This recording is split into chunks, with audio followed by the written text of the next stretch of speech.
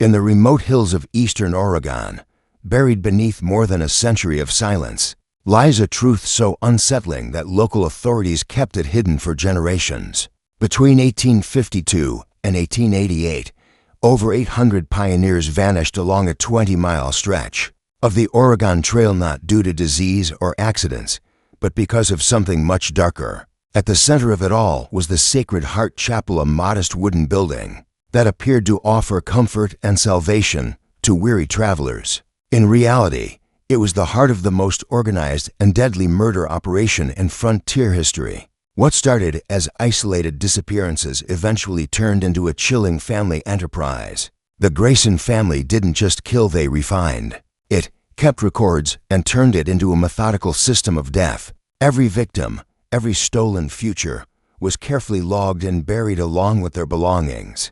Before we dive deeper into the horrors surrounding the Grayson family and their victims, I have a quick request. This channel isn't for everyone, only for those willing to confront the disturbing stories most would rather ignore. If that's you, hit subscribe and let me know what state you're listening from. Your support helps us share the stories others won't. Now, let's go back to 1852, a time when the Oregon Trail promised hope, but too often delivered tragedy. Stretching over 2,000 miles, the Oregon Trail was a path to new beginnings, but it was also full of danger.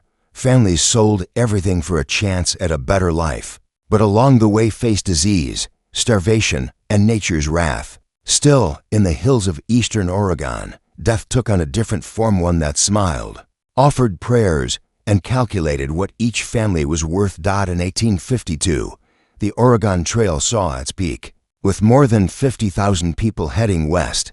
By the time they reached Oregon's Blue Mountains, they had already traveled nearly 1,800 miles. They were worn out, running low on supplies, and vulnerable.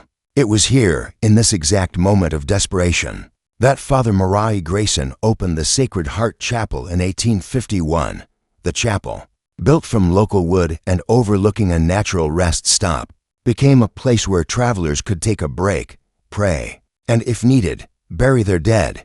Father Macabre was a tall, thin man in his 40s with striking gray eyes and a voice that inspired trust. He claimed to be a missionary, called to serve families heading west. His sermons were heartfelt, and his scripture knowledge convinced even skeptics.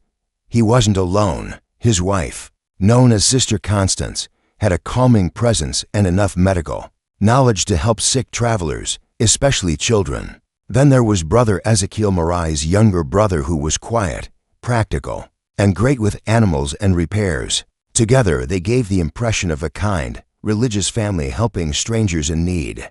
The chapel was simple hand-carved pews, a wooden altar, and a large basement supposedly used to store supplies for travelers. A small cemetery stood nearby, and the nearest settlement was about 15 miles away. That distance gave the Graysons plenty of privacy and meant fewer people around to notice what was really happening. Locals who came into contact with the family spoke well of them. They were known for their generosity and kindness, and many couldn't understand why anyone would choose such an isolated life unless they truly cared about helping others. But the Graysons understood the trail and the people on it better than most. They knew when families arrived, they were often exhausted, sick, low on food, and desperate for help. So the Graysons offered everything: spiritual comfort, medical aid, food, and even shelter, and they adjusted their approach based on each family's background, whether Methodist, Baptist, or Presbyterian. Macabre tailored his preaching to fit. It didn't matter what denomination they claimed out here. Survival was more important than theology. The first disappearance linked to the Graysons happened on September 23, 1852, though it would take years to uncover what really happened. The Morrison family, James, his pregnant wife Elizabeth, their 3 children, and Elizabeth's elderly father had left their wagon train to continue alone. Confident they could handle the last few miles, they pressed on. Just 2 miles from the chapel, their wagon broke down. James later said spotting the chapel felt like a sign from God. Not long after, Brother Ezekiel appeared right on cue. "Brother," he said in his calm, slow voice, "the Lord has placed you here for a reason.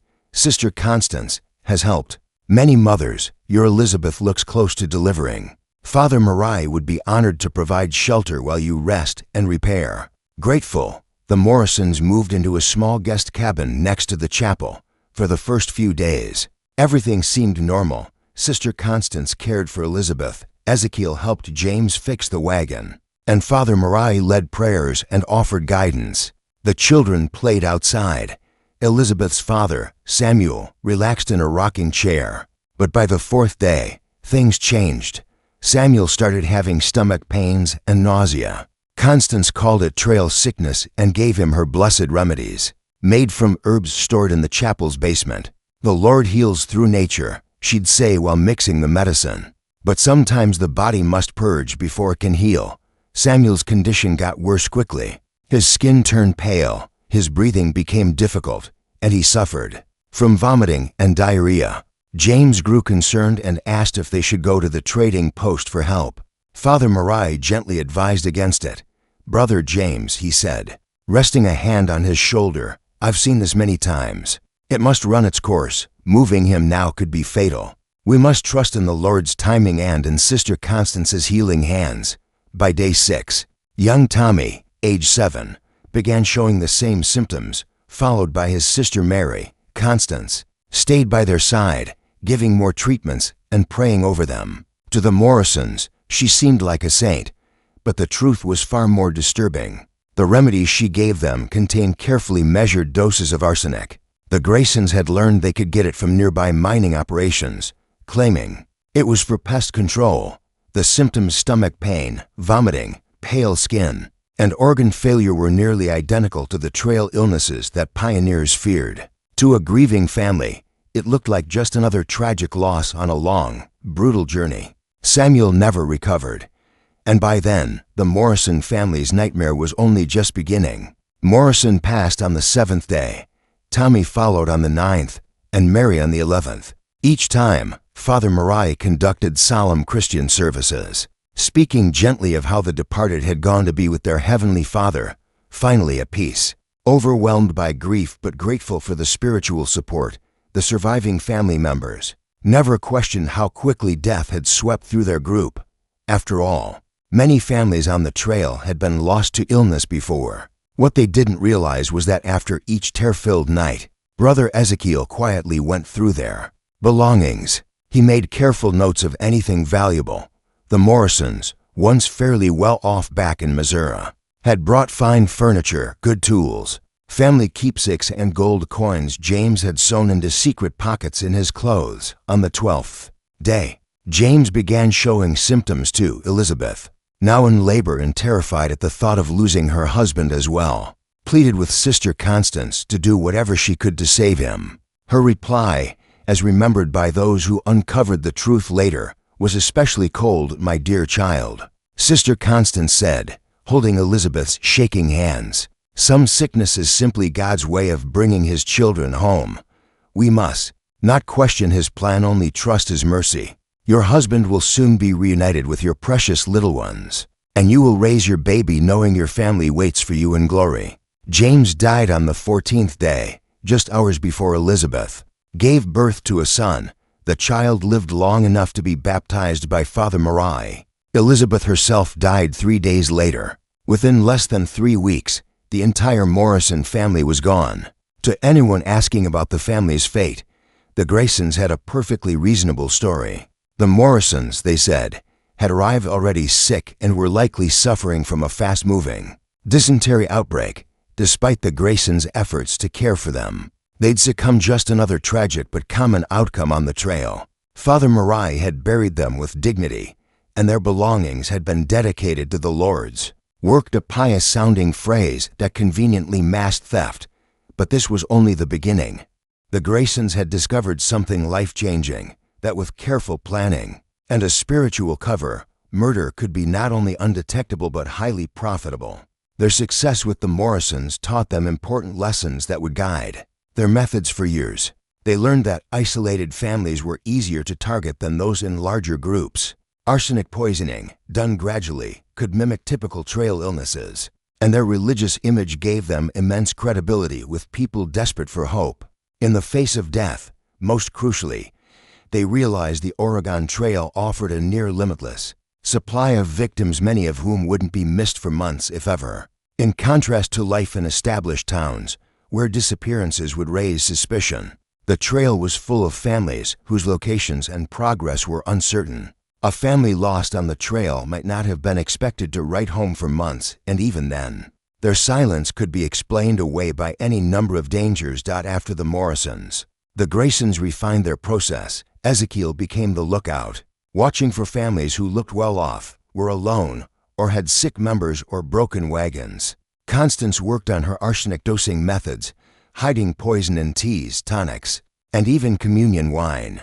Morai, meanwhile, perfected his ability to adjust his message based on the family's religious background, emphasizing healing and prayer to Methodists, predestination to Presbyterians, and salvation to Baptists. They made small changes to the chapel too.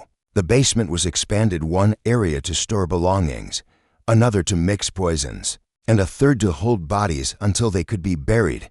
Behind the chapel, they began digging unmarked graves among the trees, where hundreds would eventually be laid to rest. The winter of 1852 to 1853 gave them time to sort through the Morrisons' belongings, decide what to keep or sell, and make their first connections with black market traders in larger Oregon towns.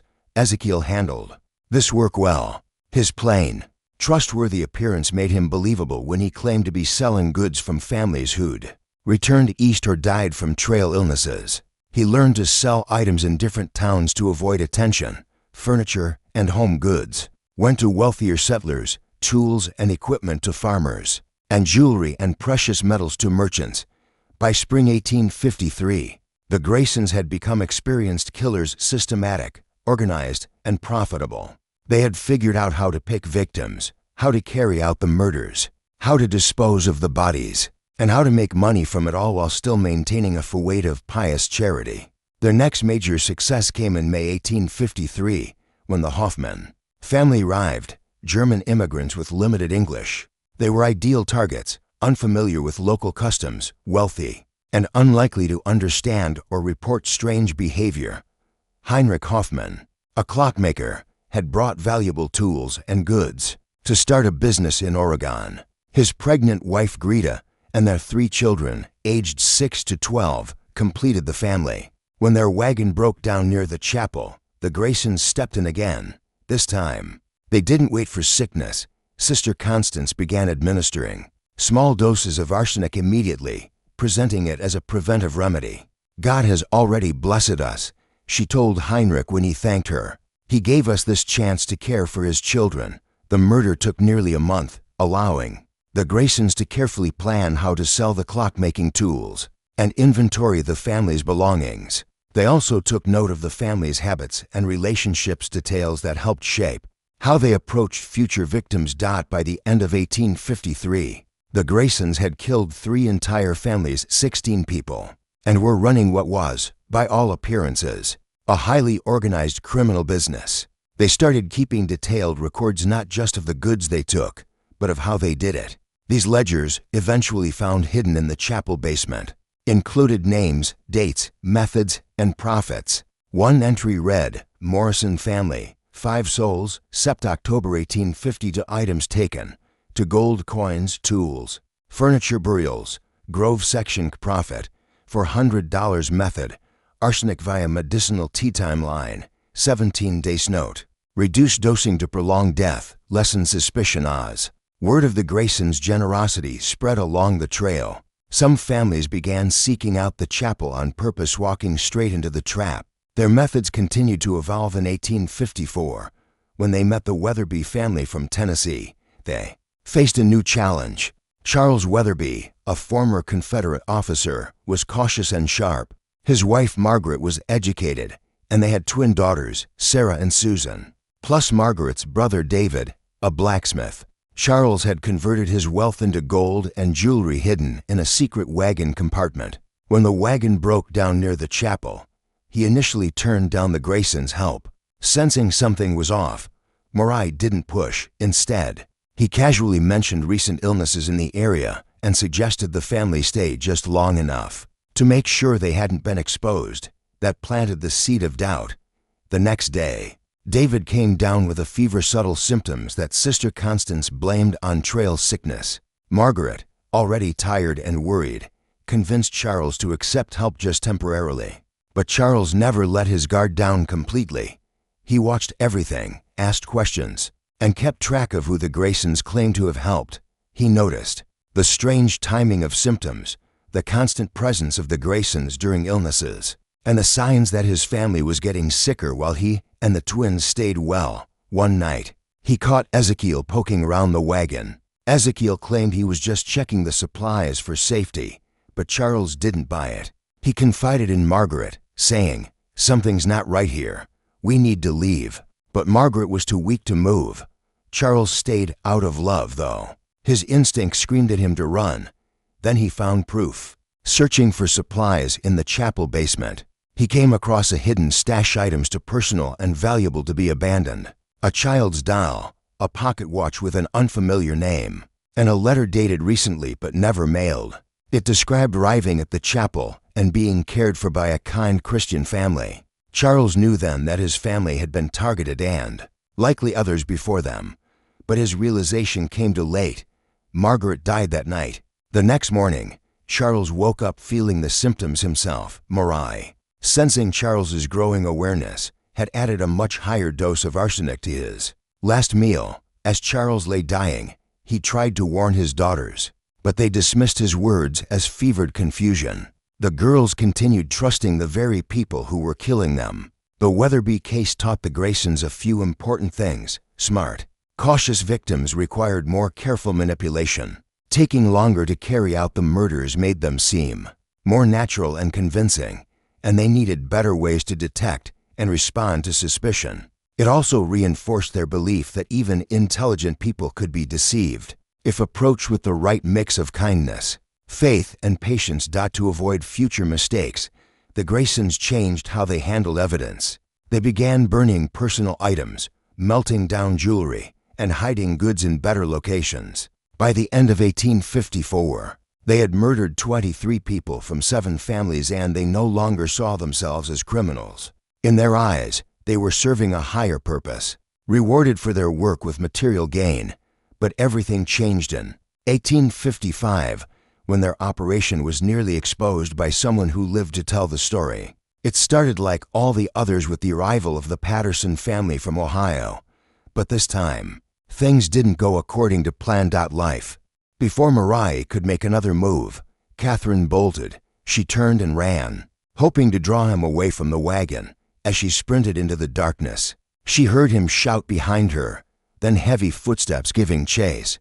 But Catherine knew the terrain around the chapel better than he expected. She had spent hours observing everything. While pretending to be resting, she darted through a grove of trees, weaving through the underbrush until she finally lost him in the shadows. When she returned to the wagon just before dawn, Emily and Timothy were still hiding. Terrified but unharmed, they didn't wait any longer. Catherine took the reins and drove the wagon away from the chapel as fast as their oxen could manage. They didn't stop until they reached a larger settlement 2 days away. When they finally arrived, Catherine collapsed from exhaustion, but insisted on speaking to the local authorities immediately. Her story was nearly impossible to believe, a tale of hidden poisons, fake cures, and a seemingly devout family that had quietly murdered dozens. But the local sheriff, intrigued and disturbed by her clarity and detail, agreed to investigate. By the time a small group of lawmen arrived at Sacred Heart Chapel, the Graysons were gone. They had fled the night Catherine escaped, abandoning everything but what they could carry. The chapel stood silent and empty, but a search of the property revealed chilling evidence. In the basement, investigators found unmarked graves, ledgers detailing the possessions of missing families, and crates filled with personal belongings clearly not the Graysons' own. Catherine's testimony and the physical evidence sparked a manhunt that lasted for years. Those scattered reports suggested the Graysons had resurfaced under false names. In other parts of the country, they were never conclusively caught. The Pattersons' story marked the end of the Graysons' killing spree, but the impact of their crimes lingered for decades. Catherine, Emily, and Timothy eventually made it to Oregon. where they tried to rebuild their lives. Catherine never forgot what had happened and never stopped telling the story. It served as both a warning and a testament to the quiet danger that had once lurked along the trail, under the guise of faith and kindness. In remote areas, and long-forgotten reports of travelers who had never reached their destinations all began to form a chillingly consistent pattern. Over time, the Graysons were linked to disappearances in more than a dozen settlements, stretching from Missouri to Northern California. Their network had functioned for years, hidden behind religious titles and carefully staged kindness.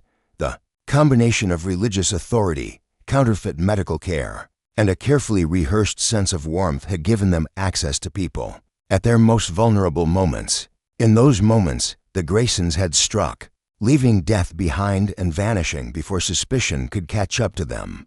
The trial that followed was one of the most closely watched in the early history of the Western Territories. Federal prosecutors built their case on Catherine Patterson's testimony, the records from both chapel locations, and the first-hand accounts of the Henderson family. Physical evidence from the Mission of Divine Mercy and the Sacred Heart Chapel provided overwhelming support. The courtroom was packed every day as people tried to understand how such a fouet of goodness could conceal so much horror. Father Marai, Sister Constance, and Brother Ezekiel were all found guilty of multiple counts of murder, conspiracy, and theft. There was no plea for mercy and little defense. Their sentences were carried out swiftly. Each was executed within the year. For many, justice had finally been served, but the damage they had done could not be undone. Survivors like Catherine and Timothy Patterson lived with the aftermath of the Graysons' crimes for the rest of their lives. Communities along the trail grew far more cautious. Offers of help from strangers, especially those claiming religious purpose, were viewed with deep suspicion. The Graysons' story had left a mark on the collective memory of the West. Catherine never stopped sharing her story. She wanted people to understand what had happened, not out of fear, but as a warning. Evil, she often said, doesn't always come with a weapon. Sometimes it comes with a smile, a kind word, and a promise to help. By the time the investigation was fully pieced together, a disturbing pattern had emerged. Reports from travelers, unexplained illnesses, and disappearances near remote religious outposts all pointed back to the Graysons. Authorities eventually linked the family to over 800 deaths across various states and territories, though the real number was likely even higher, given how many of their victims were transient families whose absences were never officially documented. The Grayson trial began in September of 1857 and quickly drew national attention. It became one of the most widely followed criminal proceedings in frontier history. The prosecution, led by Territorial Attorney General Samuel Morrison, faced the difficult task of proving crimes that had been deliberately concealed and left no living witnesses aside from a handful of survivors. The key to building the case was Father Marai's own journals. These meticulously detailed records listed individual killings, the poisons used, the valuables taken, and the profits earned. Written in his own hand and containing private information only the killers could know, these documents served as undeniable proof of their guilt. Catherine Patterson's testimony gave the prosecution critical insight into how the murders were carried out. Her first-hand account revealed not only the Graysons' methodical approach, but also how they manipulated their victims, psychologically gaining trust through religious charity before delivering poison disguised as medicine. The Henderson family's account confirmed that the Graysons had resumed their crimes after escaping the Sacred Heart Chapel. Their testimony showed that the group had become even more efficient, with faster-acting poisons and new strategies for targeting vulnerable families. Perhaps most damaging of all was the physical evidence found at both chapel sites. Investigators uncovered stolen belongings, medical supplies used for poisoning, hand-drawn maps marking grave sites, and correspondence with black market buyers who had helped move stolen goods. The defense argued that the family had only offered medical help to already sick travelers, and that any belongings they had came from patients who died under their care. But the prosecution dismantled these claims. Medical experts testified that the symptoms described were consistent with arsenic poisoning, not with illnesses common on the trail. More damning still, the family's own journals clearly outlined the murders as profit-driven, not acts of compassion. The trial lasted 6 weeks, and it was covered widely in newspapers across the country. The case exposed just how vulnerable migrant families were during westward expansion, and how easily that vulnerability could be exploited by people pretending to offer help. Father Marai was convicted of multiple murders and sentenced to hang. Sister Constance was sentenced to life in prison, one of the first women in frontier history to receive such a penalty. Brother Ezekiel received a 20-year sentence for being an accessory to murder. While these convictions brought the criminal enterprise to an end, the impact of the Graysons' crimes went much further. The case changed how travelers approached strangers offering help, especially those claiming religious motives. Military patrols increased along major trails, and legitimate missionaries found themselves treated with suspicion. As the line between kindness and deception became harder to see, the investigation also revealed how poorly connected law enforcement had been across territories. The Graysons had operated undetected for over a decade, in part because there was no effective way to share information about missing people or suspicious behavior. In the aftermath, authorities began establishing better systems for communication and coordinated investigations across state lines. Catherine Patterson, whose testimony was central to the case, never fully recovered from what she endured. She spent the rest of her life pushing for better protections for travelers and helped law enforcement monitor suspicious religious communities in remote areas. Her nephew Timothy, the boy who had narrowly escaped being poisoned, grew up deeply affected by what happened. He never married or started a family, and instead worked as a guide along the frontier, dedicated to helping other families avoid the same fate. The sites where the Graysons operated were eventually destroyed. The Sacred Heart Chapel was burned down in 1858. The Mission of Divine Mercy was dismantled, and its materials repurposed by locals who didn't want those places to remain. But the memory of the Grayson family lingered. People across the Western territories shared warnings about fake missionaries who used their charm to hide darker intentions. These stories were passed down as cautionary tales, teaching future travelers to be wary of help that came too easily. The case raised uncomfortable questions. The Graysons weren't mad or obviously dangerous. They were educated, well-spoken, and skilled at appearing trustworthy. For over a decade, they had fooled everyone around them. Their ability to maintain this facade while carrying out systematic killings forced people to reconsider how evil could look and how it could thrive behind a mask of goodness. What made it even more disturbing was that the Graysons seemed to believe they were justified. They saw themselves not as murderers, but as agents of divine justice, removing the weak and redistributing resources to those they believed were more worthy. This self-righteous attitude made their crimes all the more chilling. The legacy of the Graysons serves as a grim reminder that the story of the American frontier isn't only about brave pioneers and adventure. It also includes predators who used the chaos and isolation of the trail to their advantage, people who turned murder into a business and used faith as a disguise. The 800 lives lost at their hands mark a dark chapter in westward expansion. It's a chapter that reveals both the potential for deep cruelty and the strength of those who stood against it. Catherine Patterson's bravery and testimony didn't just help bring the killers to justice, it also likely saved countless others by exposing how dangerous trust can be when it's given too easily. Her story reminds us that, even in the darkest times, someone can step forward, speak the truth, and help stop evil in its tracks. So, what do you think of this unsettling piece of frontier history? Does it change how you think about the old stories of westward travel? If this story made you rethink the past and who we choose to trust, consider sharing it with someone who loves exploring hidden chapters of history. Hit the like button if you want to see more stories like this. And don't forget to subscribe to stay updated on the forgotten tales that shaped America's journey west. Next time you hear about the brave pioneers who built the American frontier, remember that they weren't just fighting nature and hardship. They were also trying to survive, people like the Graysons, who used kindness as a weapon and faith as a disguise.